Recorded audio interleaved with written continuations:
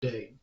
In February 1951, 3 months before assuming his post as the first Supreme Allied Commander of the North Atlantic Treaty Organization, or NATO, General Dwight Eisenhower wrote, "If in 10 years all American troops stationed in Europe for national defense purposes have not returned to the United States, then this whole project will have failed."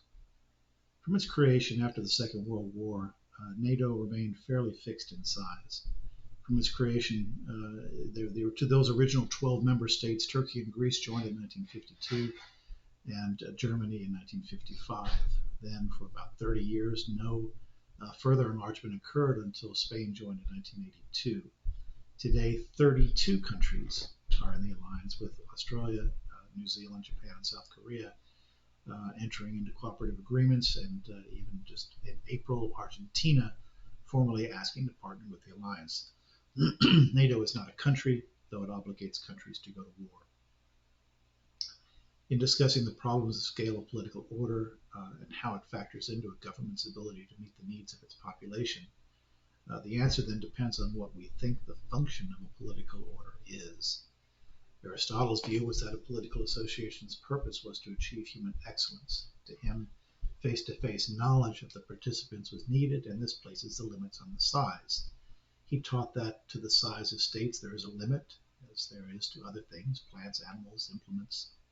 For none of these retain their natural power when they are too large or too small, but they are either wholly lose their nature or are spoiled.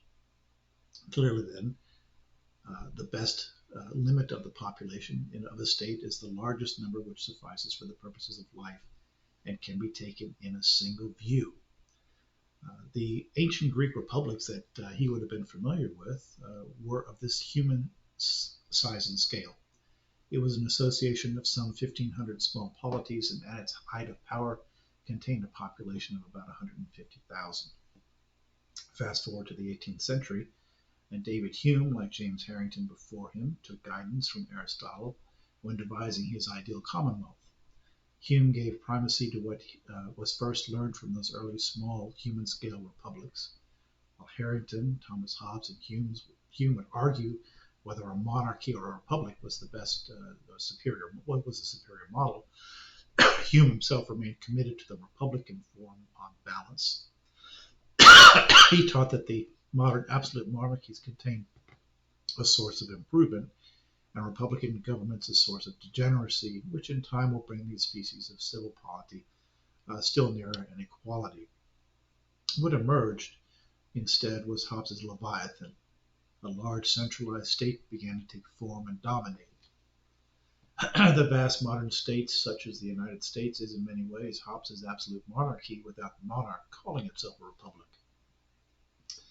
With that comes danger.